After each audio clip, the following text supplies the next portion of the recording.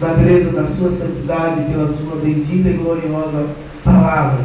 Mas nessa noite, nós aqui olhando a palavra de Deus, nós vemos que no capítulo de número 17, versículo 22, nós vemos Jesus ele falar a segunda vez sobre a sua morte. Mais adiante, no capítulo 18, nós vemos que os discípulos já estão guerreando entre si para ver quem vai ser maior no reino de Deus. Louvado seja o nome do Senhor. Já estão buscando uma posição elevada, querendo até se colocar como maioral antes do templo. Louvado seja o nome do Senhor.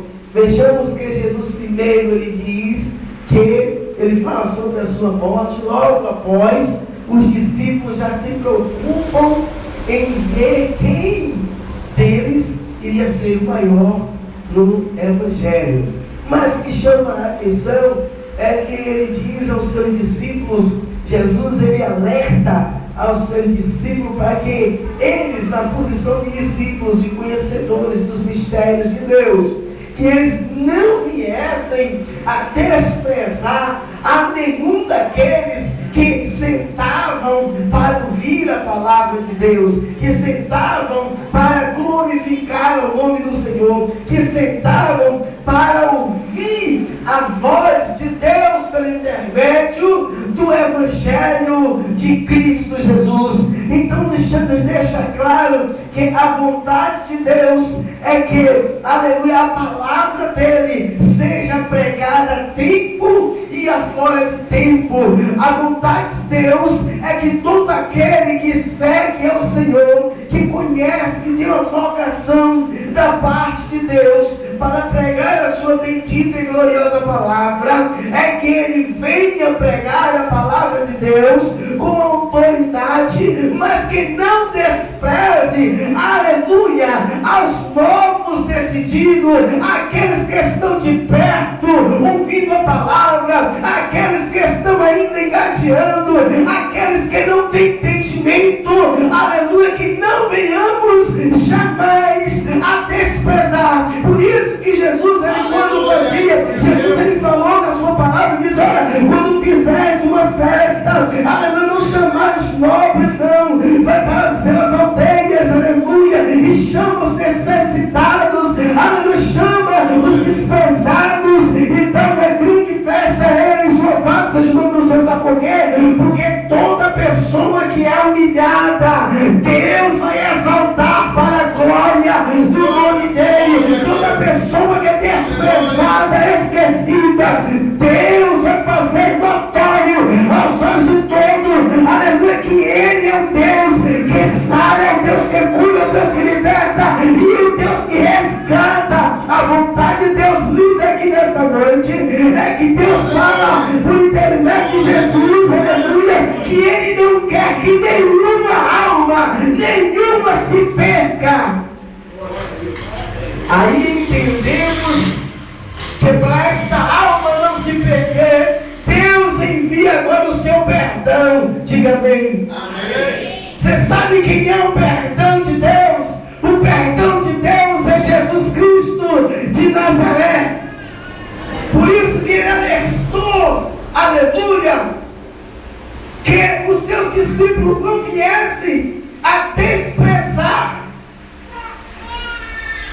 Mas pastor, mas aquela pessoa pega continuamente, aquela pessoa faz pouco caso do Senhor como pastor, do Evangelho que eu sigo, e eu tenho que conviver com ele e perdoá-lo sim. Você tem que perdoar e orar com ele, porque a vontade de Deus é que nenhum deles se perca. A vontade de Deus é que todos venham ao arrependimento. A vontade de Deus é que eles venham conhecer a verdade, porque Jesus diz que ele veio buscar e salvar o que se havia perdido. Jesus é o perdão. Diga assim: Jesus é o perdão. Você já tem o perdão de Deus na sua vida, como você está está com você? Se você não tinha, eu vou esclarecer nessa noite. Porque Jesus lhe deu perdão. A Bíblia diz, irmãos, aqui mesmo neste livro de Mateus, no capítulo de número 9, versículo de número 2, até o versículo de número 8, fala que Jesus, aleluia, atravessou a margem, e chegando ao outro lado, a Bíblia diz que levaram um paralítico em uma cama, e a Bíblia diz que é Jesus, a Bíblia diz, melhor falando, que aquele homem que era paralítico não conhecia quem era Jesus. Aleluia.